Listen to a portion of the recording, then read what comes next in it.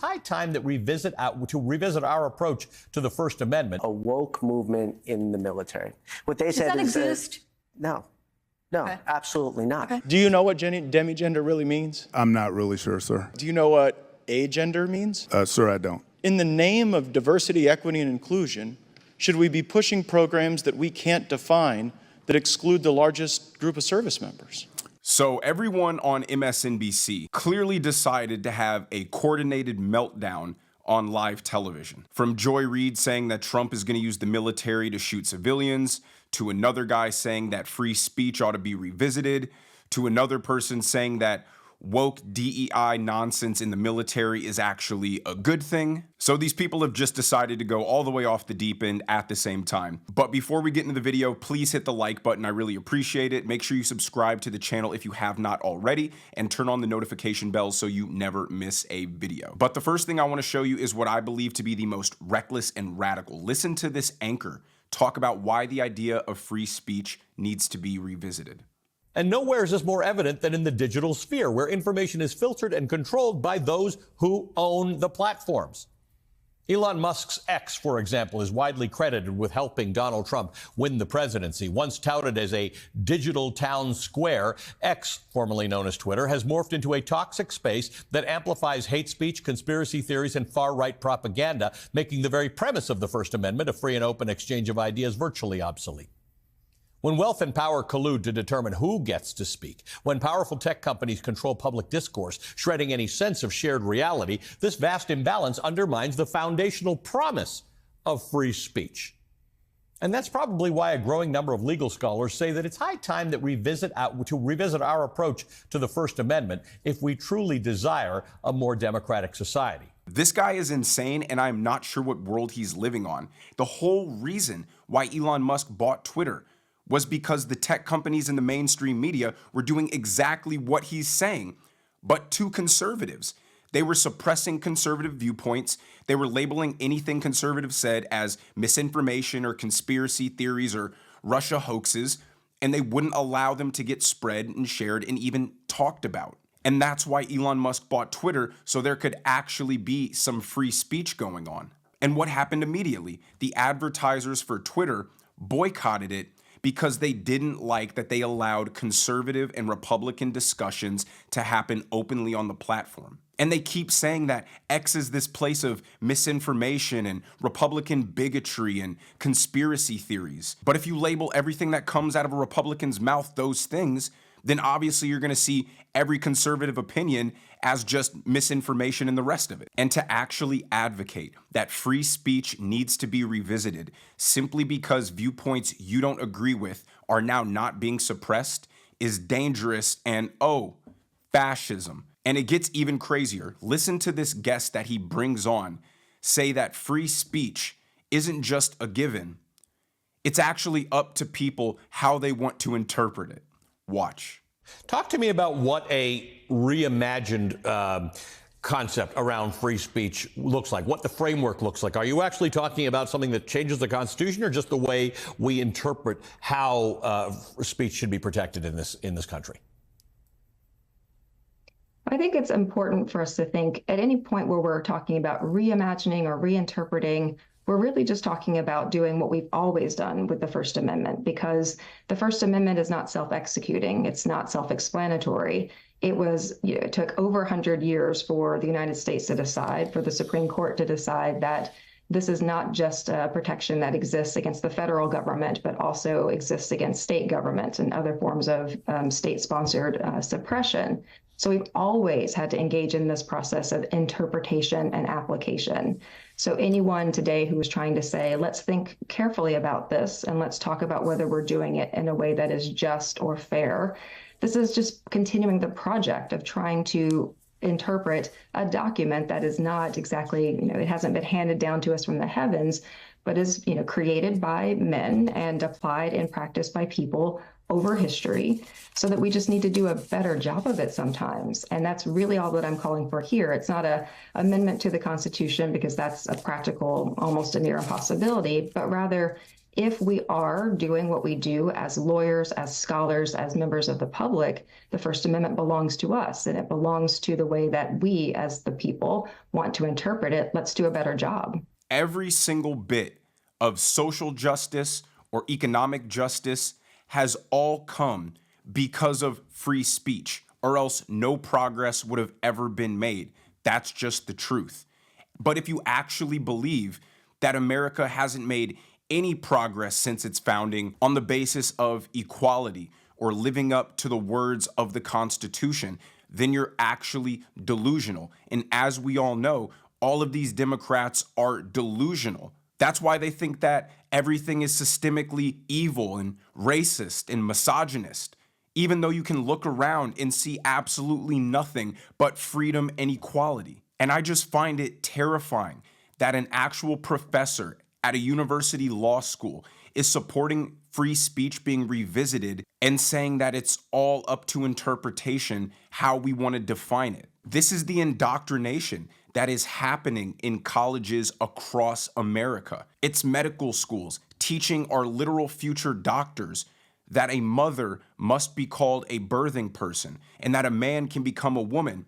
And now it's our legal teachers teaching our future lawyers and judges that free speech is broad and vague and should be open to interpretation. Now here's Joy Reid doing her typical fear-mongering, telling everybody that Donald Trump wants to shoot U.S. citizens and also arrest journalists who don't agree with him. Watch.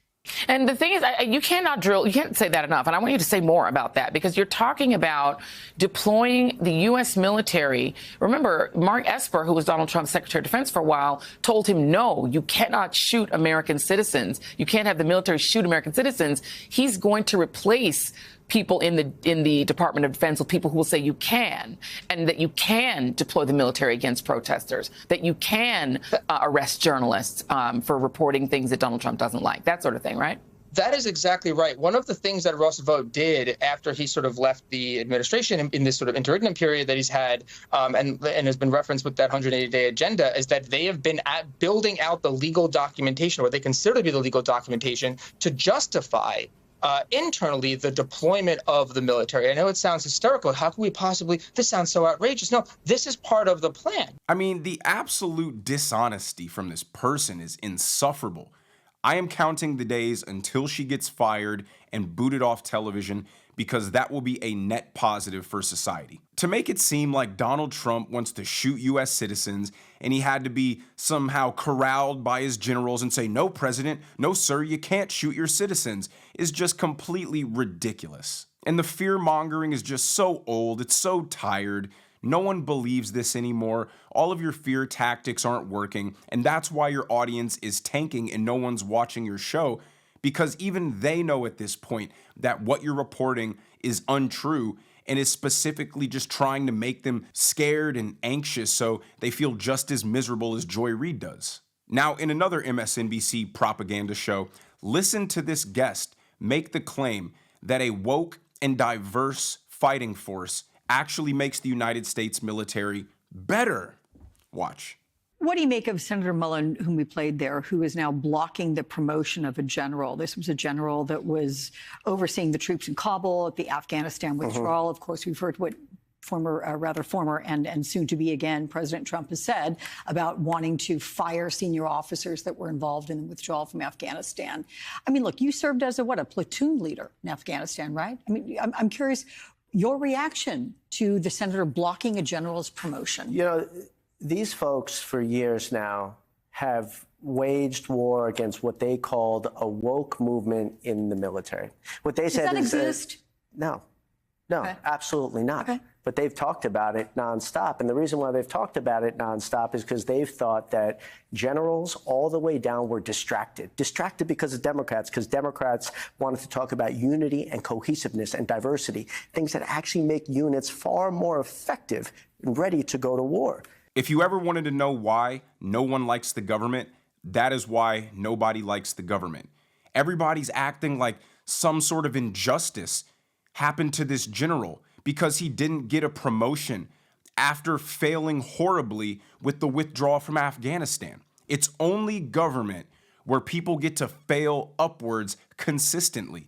And every other person in America who works in the private sector in a business where you have to do well is completely confused about that weird policy. Now, I'm not the smartest guy. I have no military experience, but I cannot figure out for the life of me how diversity helps the military be more lethal and more capable. Like, if the local coffee shop wants to set a hiring quota based on diversity and making sure you have this many women and this many people of color and this many trans identifying people, not much harm comes to society. Maybe your coffee's a little bit worse and you can just go to a different coffee shop. But it seems like in the military, meritocracy and capabilities should be the #1 requirement for being part of it. To say that diversity makes our military better is completely antithetical to the whole concept of merit. Because if you believe that high standards allow the military to recruit the best people, then it wouldn't matter what color or what gender they are. But if you believe that putting an emphasis on color and gender is more important, then you inevitably have to lower standards to artificially make the outcome what it is you want it to be. And to his final point about wokeness not even existing in the military, this next video is going to debunk that in epic fashion. So watch Matt Gaetz, when he was still a congressperson, absolutely grill this high-ranking military official on a fellowship program that the military was offering specifically to transgender, agender, demigender people. And the military official doesn't even know what these terms mean. That's how crazy this stuff is. Watch. A diverse and inclusive force is a war-fighting imperative. This is on a slide at the Air Force Academy. General Clark, do you agree with that statement? I do agree with that statement, sir. So, I mean, were the Mongols diverse? Well, sir, I'm not really as versed on Mongol warfighting as I am on U.S. warfighting. Were the Vikings diverse? Again, sir, I'm looking at our country, the most diverse country in the world. Sure, but this is about a warfighting imperative. How about the force in Ukraine? Are the Ukrainians fighting the Russians a diverse force? Sir, once again, my concern is the people that I'm charged to build into leaders. Right, but you would acknowledge that throughout history, including present history, that statement hasn't borne true in every example, right? Sir, what I would say is that those countries have to rely on the full force of their population to build a war-fighting force to win our wars, and that's why it's important for us to be diverse, because our nation... So let's look at the population that actually makes up the fighting force frequently. Now, we have more men than women, right? 70-30-ish? That's correct. And of the men we have, most of them are not transgender men. Most of them are cisgender men, right? Yes, sir. But yet, at our academies, we push something called the Brooke Owens Fellowship. Are you familiar with that? I am, yes, sir. And in that fellowship, it specifically says, if you are a cisgender man, this program isn't for you. So you just said that your answer on why we do this full hug of these diversity concepts is because it's all about the fighting force that we draw from. But you're literally pushing a program in the academies that says, if you're a cisgender woman, a transgender woman, a non-binary, agender, bigender, two-spirit, demigender. What's demigender? Sir, that's a term of the people that are eligible for that particular scholarship that is available to. It's a person who looks at their gender in a different way than I do, sir. Well, sure, that's all of these people. You're a cisgender man. You don't even get to apply. Well, do you know what demigender really means? I'm not really sure, sir. Right. So do you know what agender means? All one word, not a space gender, but agender. Sir, I don't. Right. So here we are pushing a fellowship, calling for people that you don't even know what the words mean. And the #1 group of people the cisgender men are excluded. Now, in the name of diversity, equity, and inclusion, should we be pushing programs that we can't define that exclude the largest group of service members? Well, sir, first, that program is not an Air Force Academy program. It's a program open to our entire country. Right, so but you guys advocate for it within the academy. We allow our cadets to apply for it. Why are you allowing your cadets to apply for a program when you cannot define the basic terms of eligibility? I mean, the people who this fellowship program are targeting clearly have some sort of mental issue going on. On top of that, they mutilate their own body, and at bare minimum, they're pumping themselves full of hormones of the opposite gender, which we know cause bone and joint problems, as well as another slew of complicated health issues, as well as make for an expensive medical upkeep for that person. So in what world does giving that kind of person preferential treatment over everybody else in the military lead to the military being more successful, more capable, and more lethal? And on top of that, this guy doesn't even know what these terms mean and is clearly just following and implementing some radical Democrat agenda. And he could be perfectly good at his job for all we know. But the fact that he's willing to sell his soul to the radical left and give up all logic and reason makes him incapable of properly serving the country. And that's why it's so important that Trump implements a Secretary of Defense who is trying to get rid of all the woke nonsense, because it does not make us more capable and more ready to fight China, who I promise you does not care about diversity and allowing transgenders in their military, all to give themselves a pat on the back for being virtuous. Now, let me know what you guys think in the comment section below about law professors saying that we need to revisit free speech, or Joy Reid pulling out the old boogeyman Project 2025, Trump's gonna shoot civilians, or this weird and radical military stuff.